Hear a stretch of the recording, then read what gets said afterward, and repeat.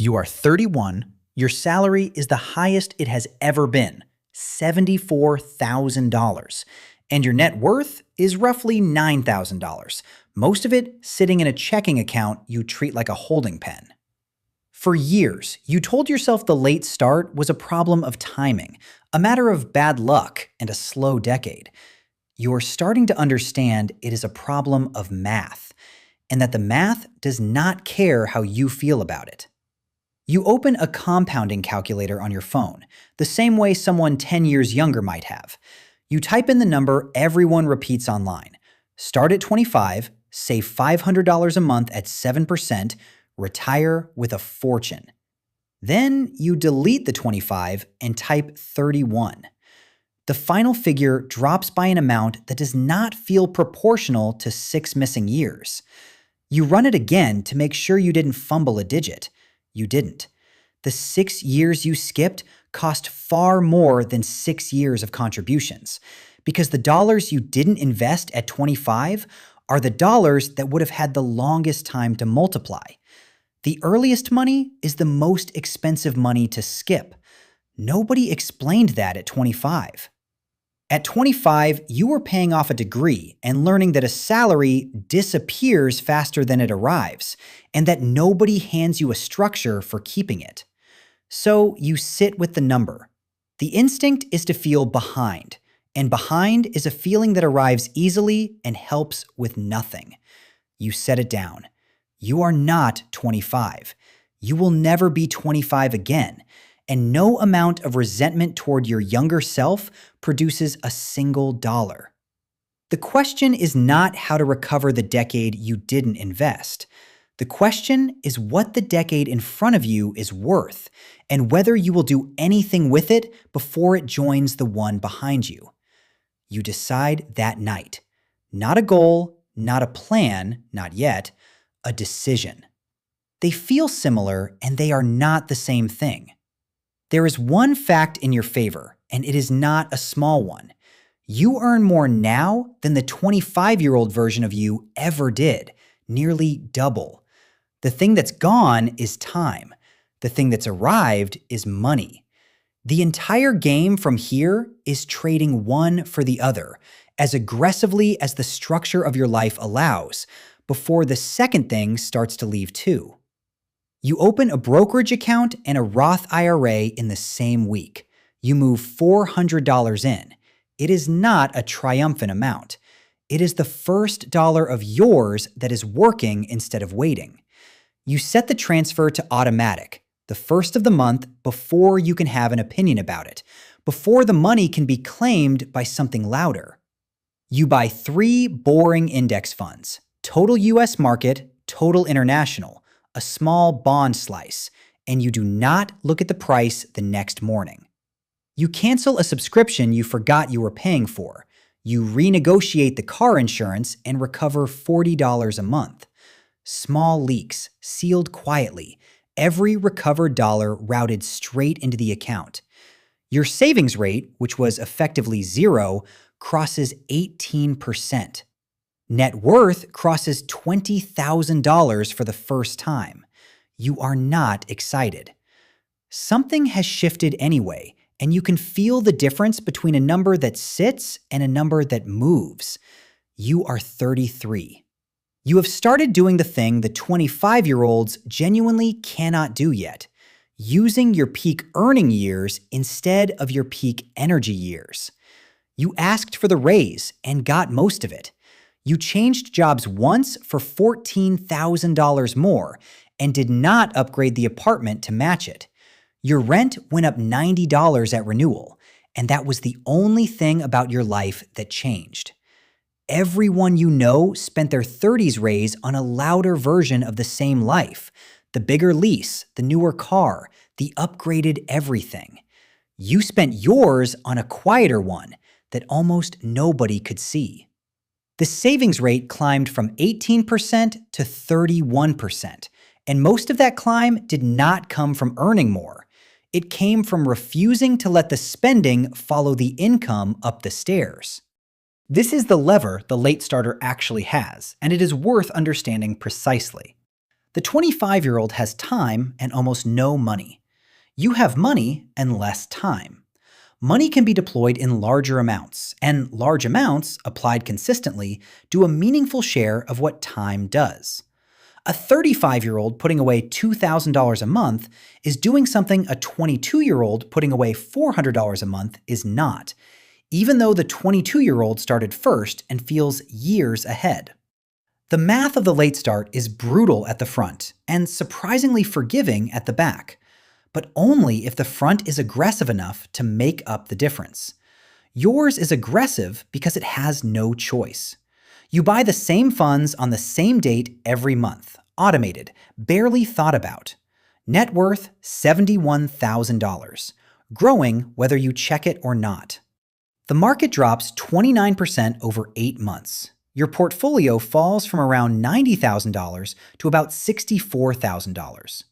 On paper, $26,000 disappears, nearly a full year of your contributions gone, while you watch it happen 1 week at a time. A coworker your age, who started investing the same year you did, sells everything in the worst week of it. He tells you he can't afford to lose it, not at his age, not starting this late, that people like them don't get a second runway. You understand every word of the sentence.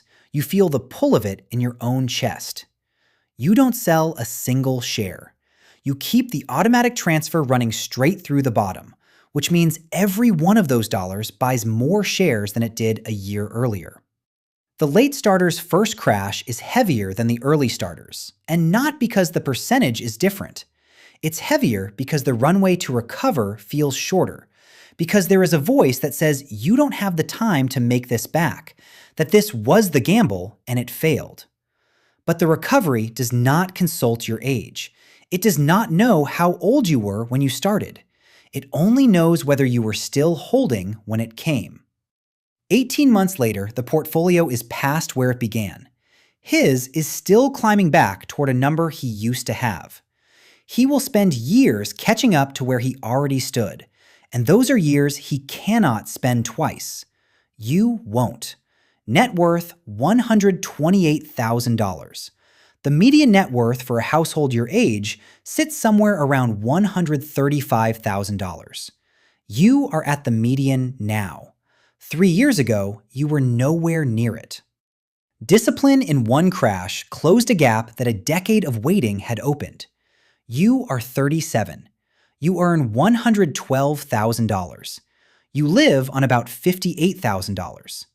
The gap between those two numbers is the entire machine, and the machine is finally large enough to make its own noise. Last year, the portfolio grew by roughly $19,000 on its own, before you added a single dollar to it. The first time the account earned more in a year than you could have saved from a month of working, you read the statement twice and then put it down slowly. This is the moment the late start stops being a deficit you are paying off and becomes a position you are holding. You compressed nearly a decade of saving into 6 years because you had the income to compress it with. The 25-year-old's advantage was time. Yours was force. Both, applied without flinching, arrive at the same place. They simply take different roads, and yours is steeper and shorter and lit differently. This is the year nothing on the spreadsheet warned you about. It begins in February. Your mother needs a procedure, and the gap her insurance won't cover comes to $9,400. And you are the child who can write the check. So you write it without a second of hesitation and feel the account flinch. In June, the company reorganizes, and your role is folded into someone else's. You spend 3 months interviewing in stolen lunch hours while performing calm in meetings, pretending the floor is steady. You land the next role. It pays slightly less than the last one. In September, a relationship of 3 years ends, partly from the strain of everything above it, partly because somewhere inside the discipline, you had forgotten that money was supposed to serve a life and not quietly replace one. You contribute less than half of what you planned this year. The portfolio grows anyway because the market does not read your calendar and feels nothing about your February. It crosses $174,000. You sit with the slippage, the missed contributions, the quiet target date you had drawn for yourself sliding further out into the future. Then you remember the date was always invented. The freedom at the end of it is not. You keep going. Your mother is recovering, slower than before, but recovering, and you were there for the parts that mattered. The spreadsheet did not model the check, or the grief, or the 3 months of pretending the floor was steady. It modeled none of the year that turned out to matter most. You adjust the plan and keep the plan. That is the entire skill, and the late starter learns it earlier than most, because the late starter has less margin for the years that go sideways. You are 41. The portfolio reads $310,000. You did not arrive here by being early. You arrived by being relentless in the years you actually had, and by refusing to flinch when those years got hard. The thing about starting in your 30s is that you reach the same destinations the early starters reach, just a few years later, and carrying a different pattern of scars. You don't have the 40-year tailwind at your back the way they do.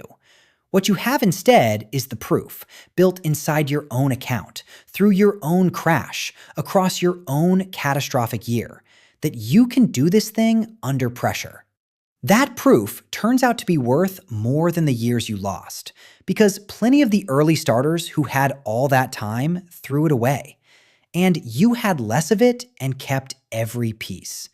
You are 47. Net worth $640,000. The two engines, what you earn and what your money earns, are now roughly the same size.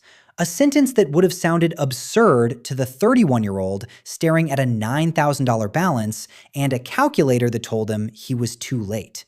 He wasn't too late. He was late, which is a different word with a different ending.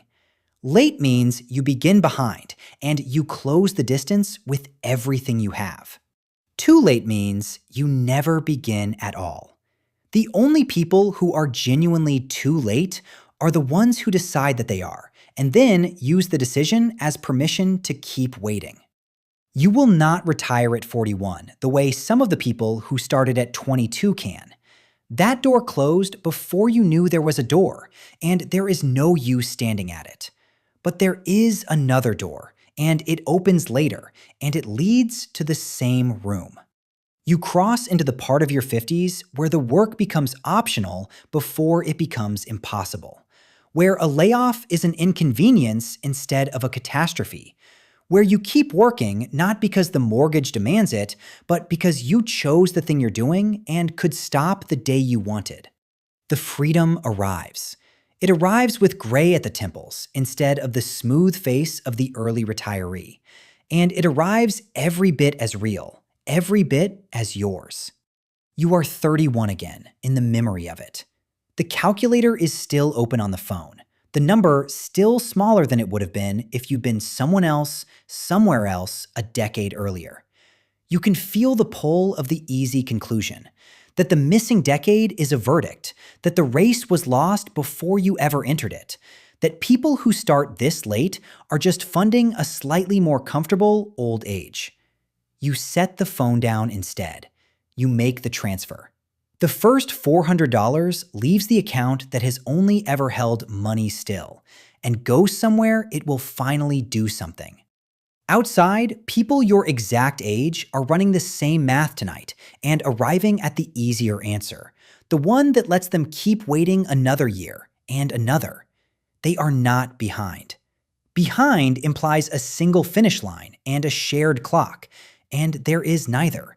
They are simply standing at the fork the late starter always reaches, the one with two doors. One is marked too late, and it is wide and quiet and leads nowhere.